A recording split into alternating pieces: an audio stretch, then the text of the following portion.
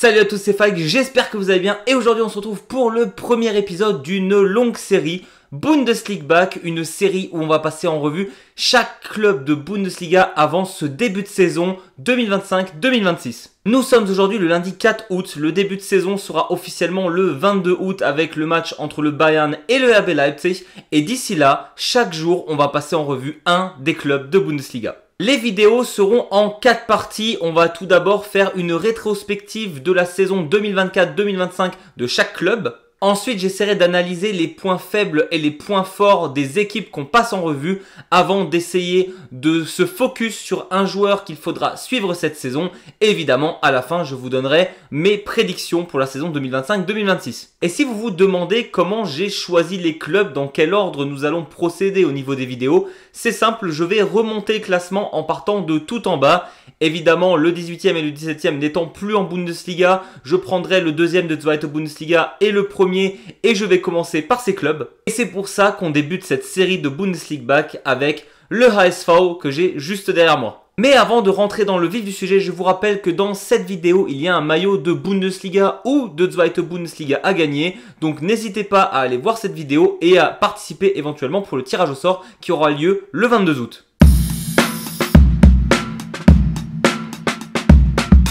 C'est après un peu plus de 5 ans que notre cher Hamburger SV remonte enfin en Bundesliga. Ils étaient tombés lors de la saison 2017-2018, ont joué leur première saison hors de la Bundesliga en 2018-2019 et depuis le Hamburger SV flirtait petit à petit avec le retour. Ça finissait souvent 4e, ça finissait parfois 5e. C'était toujours très haut en Zweite Bundesliga. Ça a même terminé quelquefois 3e, mais ils n'ont jamais gagné le match de relégation afin de remonter en Bundesliga et c'est enfin chose faite. Mais le gros problème du HSV, c'était surtout le choke de fin de saison. Les gars avaient tout simplement l'habitude d'être dans le top 2 pour monter directement en Bundesliga à 2 mois de la fin et puis ils commençaient à perdre leur match et ça finissait 3e ou 4e. Mais cette saison, c'était bon, mais pas loin quand même parce qu'il y avait seulement 2 victoires sur les 3 derniers matchs et vu la compétitivité de Zweite Bundesliga, c'était pas très loin de descendre. Je veux dire, le 3e qui était Elversberg était vraiment à ça au final du HSV en fin de saison. Mais finalement, quand on reprend la saison globale du HSV, c'est pas cette saison où on s'imaginait forcément que Hamburg allait remonter parce que le début était vraiment difficile. Alors effectivement, tu bats ton concurrent direct qui est le Erster FC Köln qui vient de descendre en Zweite Bundesliga dès le match d'ouverture de la saison. Donc ça présage plutôt du bon. Mais finalement, quand tu vois que Stefan Baumgart, l'actuel entraîneur de Union Berlin, se fait virer du club après 10 matchs, ça montre que c'était clairement pas flamboyant Hamburg durant les 10 premiers matchs de la saison. Et surtout quand tu es la direction du Hamburger SV, que ton but est depuis 6 ans de remonter, que tu es le plus gros budget et d'assez loin de Zweite Bundesliga, tu te dois d'avoir les meilleurs résultats possibles. Et c'est pour ça que Stefan Baumgart, après 10 matchs, se fait évincer et que Hamburg fait quelque chose qu'ils n'ont jamais fait jusqu'alors, c'est de donner sa chance à Paul Zehn, un coach rookie. On en avait déjà parlé dans la vidéo qui parlait de la potentielle montée du HSV cette saison. Paul Zehn est arrivé un peu comme un cheveu dans la soupe. On avait l'habitude avec le HSV qu'ils engagent des coachs expérimentés qui ont même l'expérience de la Bundesliga afin d'aider au mieux l'équipe à monter en Bundesliga. Et pour une fois, ils se sont dit autant donner sa chance à un coach rookie qui était effectivement dans le spectre de Hamburg depuis longtemps, mais qui cette fois a vraiment le plein pouvoir au coaching. Et il faut clairement dire que c'était un pari gagnant. Paul Zehn, qui est connu pour être vraiment plus proche de ses joueurs, a fait une remontée flamboyante jusqu'à arriver à enfin toucher le Graal, à remonter en Bundesliga. Et si on parle seulement du coach, franchement, heureusement pour lui, vu qu'en fin de saison, c'était un peu plus difficile et que Elversberg, ils étaient vraiment à 1 point du HSV, heureusement pour lui que Hamburg est monté.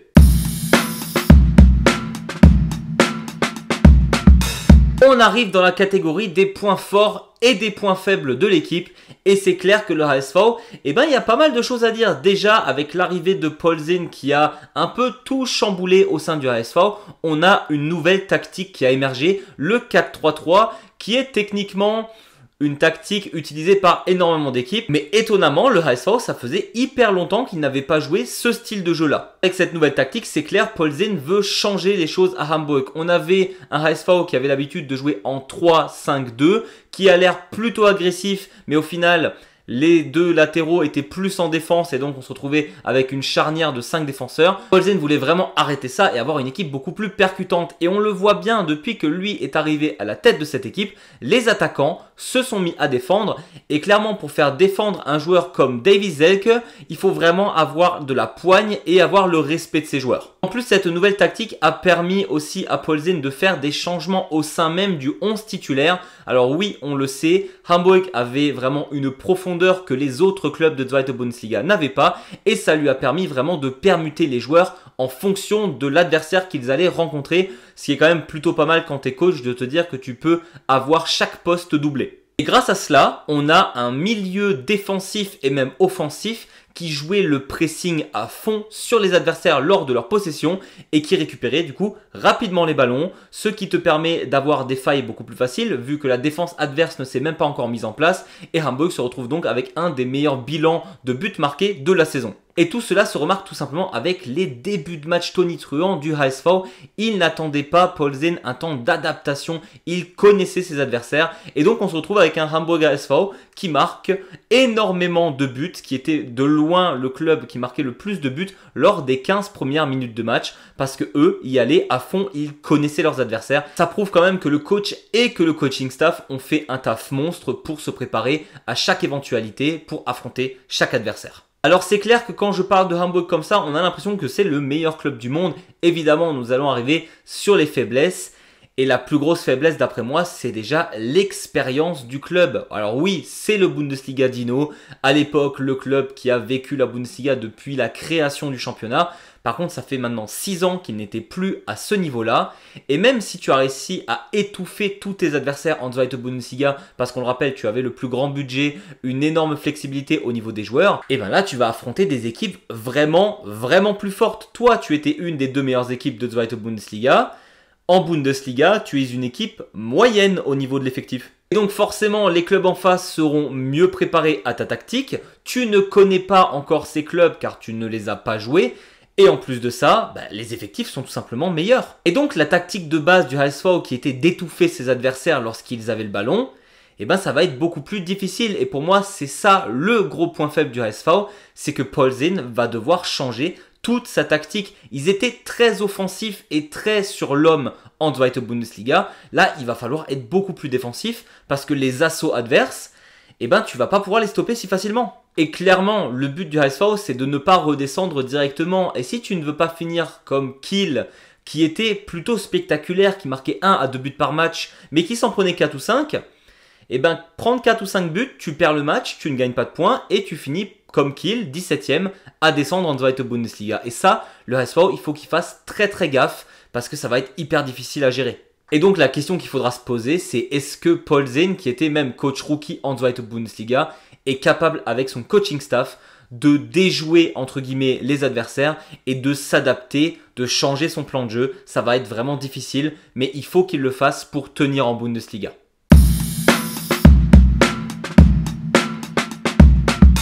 Le joueur à suivre du Hamburg SV, et pour une fois que j'étais prêt à dire du bien de Davie Selke, joueur maintenant qui a 30 ans, j'ai l'impression que ça fait depuis 12 ans qu'on dit qu'il a un potentiel monstre mais qu'il ne le montre pas. Il a fait une saison extraordinaire avec le Hamburg SV, 22 buts la saison dernière, meilleur buteur du championnat, et il est parti agent libre en Turquie à Başakşehir. Évidemment. Et vraiment, je ne suis pas du tout fan de ce joueur, et pour une fois que j'étais prêt à dire du bien de lui, il se barre, à croire qu'il est allergique à la Bundesliga, ce joueur-là. Donc j'ai décidé de me concentrer plus sur un joueur français qui vient d'être acheté d'ailleurs par le HSV, c'est Ryan Philipp, buteur de l'Eintracht Braunschweig. Pour ceux qui ne connaissent pas, Braunschweig en Zweite Bundesliga, qui a eu une saison plutôt difficile. D'ailleurs, personnellement, je les vois descendre la saison prochaine. Et Hamburg s'est dit, tiens, et si on achetait leur buteur? Dit comme ça peut sembler bizarre. Mais justement, dans un club plutôt dysfonctionnel et, j'ai pas envie de dire faible non plus, mais en tout cas plus faible que le Hamburg SV, Ryan Philipp a quand même planté 13 buts avec l'Eintracht Braunschweig l'année dernière. Et se dire qu'un joueur qui marque 13 buts, son club est à 2 doigts de descendre, c'est assez fou et ça montre le niveau que lui avait par rapport à son équipe. C'est un joueur qui est encore très jeune, il est capable de se développer et je pense qu'il va clairement falloir qu'il se développe très vite. Vu que David Zielke est parti, donc le meilleur buteur du club s'en est allé, et ben il va falloir remplacer ce joueur et Ryan Phillippe, je pense qu'il en a les capacités. En tout cas, il va devoir step up directement afin d'aider l'équipe au mieux. En joueur à surveiller, j'ai aussi Toruna Riga, défenseur qui est venu cet été de Ghent, qui est maintenant assez âgé, qui a l'expérience. Et comme dit tout à l'heure, il va falloir que cette défense de HSV se stabilise afin de ne pas se prendre des vagues de buts. Et donc acheter un joueur aguerri pour renforcer cette défense, clairement c'était une très bonne idée. Il faudra faire attention à ce qu'il fait avec le HSV.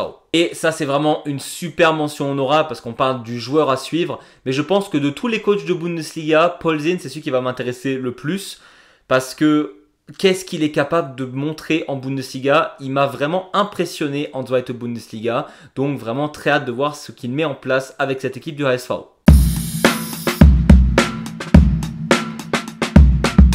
On arrive donc à cette dernière section qui est ma prédiction pour la saison prochaine.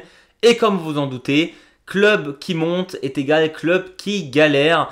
Et c'est toujours comme ça, forcément tu as affronté des clubs beaucoup moins forts que toi l'année d'avant. Là tu vas te retrouver face à des Bayern, à des Dortmund, à des Leverkusen, à des clubs qui sont historiquement absolument monstrueux et qui ont des effectifs tout simplement meilleurs que le tien avec des budgets vraiment presque illimités par rapport à ton club. Et donc généralement arriver en Bundesliga alors que tu as été des années en Zweite Bundesliga, ça signifie descente. Mais étonnamment, j'ai décidé de faire confiance à ce projet du Hamburger SV et je les place 15e de mon tableau final de la saison. Et aussi étonnamment que cela puisse paraître, je ne vais même pas les faire passer par la case relégation qui est, on va dire, un peu la case maximum qu'on donne généralement à des clubs qui viennent d'arriver, la 16e place, histoire de jouer contre le 3e de Zweite Bundesliga. Je crois vraiment en ce projet. Je trouve que la HSV a fait des moves sympas lors de l'été. Ils ont cherché des jeunes à potentiel, ils ont surtout cherché quelques vieux briscards qui pourront les aider. On a parlé du défenseur de Ghent juste avant. On a aussi Poulsen qui vient aider, amener son expérience de la Bundesliga. On a un effectif qui globalement n'a pas trop changé par rapport à la Zweite Bundesliga. Un coach en quel j'ai vraiment confiance. Alors oui, par contre, je ne suis pas du tout en train de dire que ça va être une promenade de santé pour le Hamburger SV. Évidemment que 15e, ils vont être à la lutte totale avec la 18e, 17e et 16e place. Mais je crois vraiment en ce projet. On a des joueurs qui vont devoir absolument step up. Et on a aussi de très jeunes, très bons joueurs qui sont en train de se développer. Je pense notamment à Königsdorfer qui l'année dernière a mis, je crois, 14 buts avec le Hamburger SV. C'est pas rien pour un deuxième buteur. Franchement, Hamburg, j'y crois. J'ai très hâte de resuivre les derbies entre Bremen et le HSV et qu'on leur casse les fesses. Et on va dire que c'est mon choix ambitieux de placer ce Hamburger SV 15e de Bundesliga la saison prochaine. Voilà, c'était tout pour moi. J'espère que cette vidéo vous a plu. C'est le premier épisode d'une longue série. J'espère que vous serez de la partie. N'hésitez pas évidemment à mettre un gros pouce vers le haut, à vous abonner si ce n'est pas déjà fait. Nous on se retrouve du coup demain pour une nouvelle vidéo. Et d'ici là, je vous dis, servus!